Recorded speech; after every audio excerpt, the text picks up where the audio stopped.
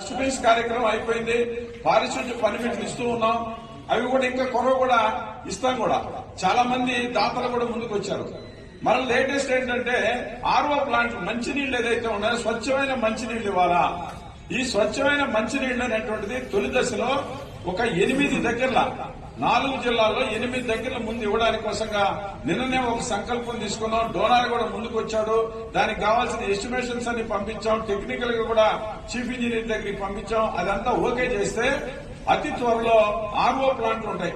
నెల్లూరులో ఇప్పటికే మొదటి బస్టాండ్ లో ఆర్ఓ ప్లాంట్ పెట్టారు.